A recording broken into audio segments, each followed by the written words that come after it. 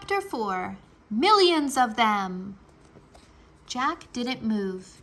He kept staring down at the forest floor. "What's wrong?" Annie called from above. Jack didn't answer. "You don't see any giant spiders, do you?" Annie said. "Well, no." Jack took a deep breath. "We have to keep going," he thought. "We have to find the special thing for Morgan."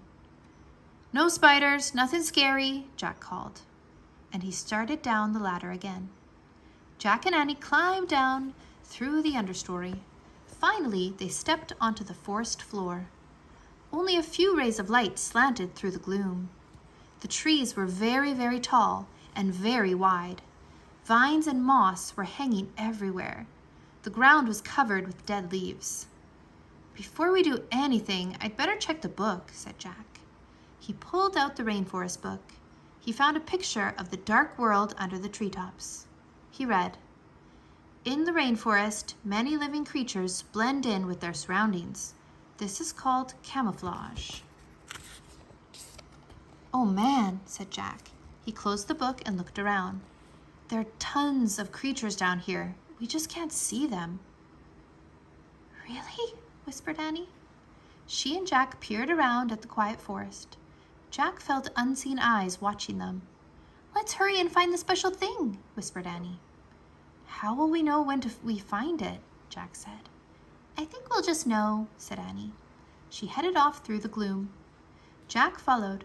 They crept between the huge trees and past hanging vines. Annie stopped. "Wait, what's that?" "What's what?"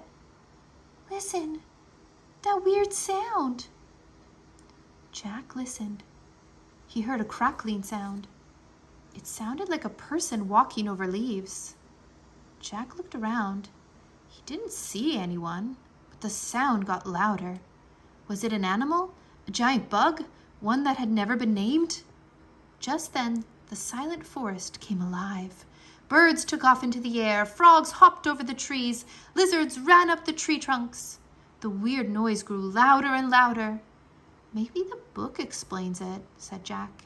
He opened the book. He found a picture of different animals running together. He read, "When animals hear a crackling sound, they flee in panic.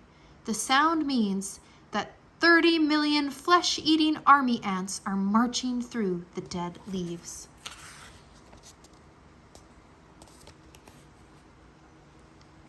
"It's army ants!" cried Jack. "Millions of them!" "Where?" cried Annie. Jack and Annie looked around wildly. "There!" Annie pointed. Army ants, millions and millions of them, were marching over the leaves. "Run to the treehouse!" cried Annie. "Where is it?" said Jack, whirling around. All the trees looked the same. Where was the rope ladder? "Just run!" cried Annie. Jack and Annie took off. They ran over the dead leaves. They ran between wide tree trunks. They ran past the hanging vines and mosses. They climbed over thick roots. Jack saw a clearing ahead. It was filled with sunlight. "That way!" he cried. Jack and Annie hurried toward the light. They pushed their way through the bushes. They burst onto the bank of a river. They stared at the slow-moving brown water. "Do you think the ants will come this way?" Annie said, panting. "I don't know," Jack said. "But if we wade a few feet into the river, we're safe. The ants won't go into the water. Come on." "Look," said Annie. She pointed to a big log rocking at the edge of the river. The inside of the log was dug out. "It looks like a canoe," said Jack. He listened to the crackling sound in the distance. "Let's get in, quick." Jack shoved the book into his backpack. Then he and Annie carefully climbed into the dugout log.